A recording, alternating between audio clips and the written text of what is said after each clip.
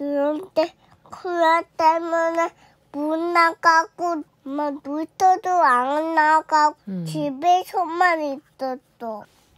엄마, 코로나 뭔지 뭐야? 네, 방금 들으신 이 목소리는 코로나 때문에 밖에 못 나가서 너무나 불만에 찬 저희 집 4살짜리 아이의 목소리였는데요. 요즘 진짜 그런 이야기들 많이 들으실 거예요. 아, 엄마 코로나가 뭐야?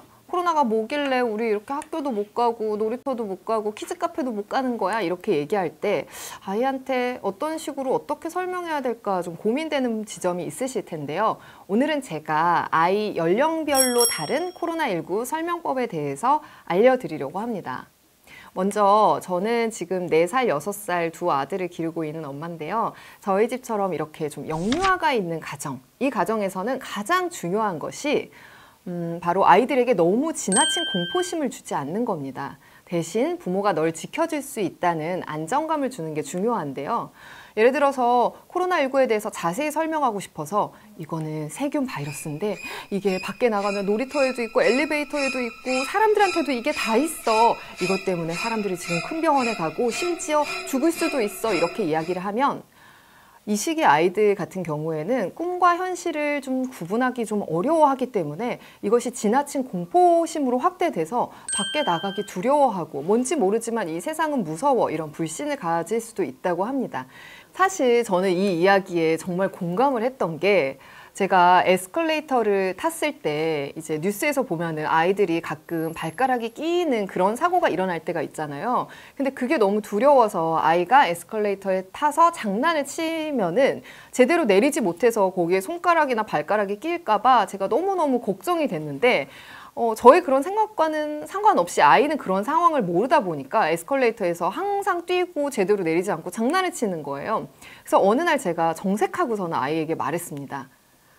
엄마가 그렇게 이야기하는 데는 이유가 있어. 저기에서 제대로 네가 내리지 못하면 발가락이 잘려. 발가락이 없어져.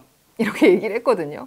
사실 지금은 너무 후회가 되는데 그때는 그렇게 얘기해야 얘가 알아들을 수 있을 거라고 그렇게 얘기를 했는데 처음에는 좀 이 충격요법이 먹혀서 아이가 그렇게 하는가 싶더니 나중에 갑자기 이게 공포가 생겨서 에스컬레이터를 안 탄다고 거부가 온 거예요. 또 심지어 그게 집에서뿐만 아니라 원에서도 이어져서 아이들이 모두 소풍을 가서 즐겁게 에스컬레이터를 탈 때 혼자만 그거를 타지 못하겠다고 해서 계단으로 올라가는 그런 일들도 있었습니다.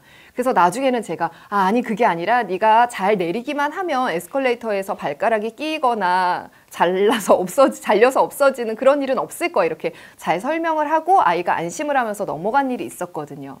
그래서 코로나19도 마찬가지인 것 같아요. 자세하게 설명해 주는 건 좋지만 이 아이들이 너무나 큰 공포를 갖지 않도록 부모가 널 지켜줄 수 있다. 이런 마음을 갖게 하는 게 중요합니다.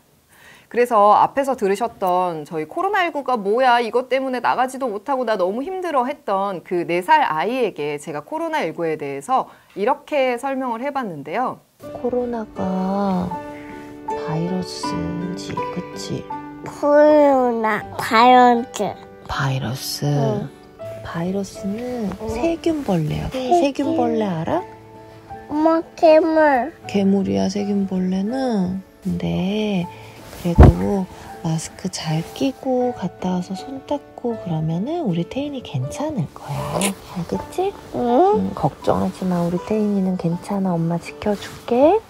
네, 들으신 것처럼 처음에는 괴물이라고 무서워했던 아이가 나중에는 이 코로나19가 그렇게 무서운 건 아니구나. 부모가 날 지켜줄 수 있고 이렇게만 하면 나는 괜찮겠구나. 이렇게 좀 안심하는 모습을 보였습니다.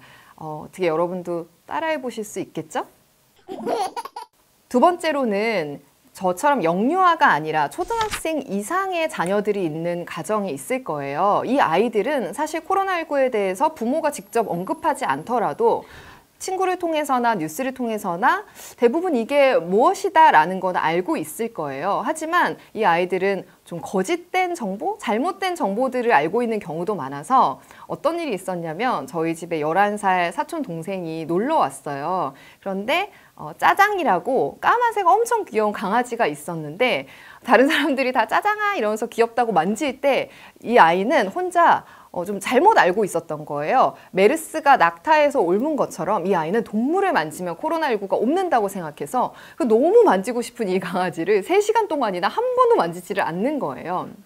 그래서 이 초등학생 이상의 아이들에게는 먼저 아이가 어떤 정보를 알고 있는지 물어보는 게 중요합니다. 코로나19는 뭐야? 코로나19는 어떻게 옮는데? 코로나19는 어떻게 대처하면 좋을까? 먼저 아이가 갖고 있는 정보를 물어보시고 그 정보에서 좀 잘못되거나 틀린 부분은 부모와 함께 수정을 하고 또 추가해서 보충해서 알려주고 싶은 부분이 있으면 또 그것들을 함께 나누면서 우리 집만의 대처법, 우리는 뭐 기침 예절을 이렇게 지키고 사람 많은 데 가지 않고 이런 매뉴얼을 함께 만들어서 공유하는 것이 좋을 것 같습니다.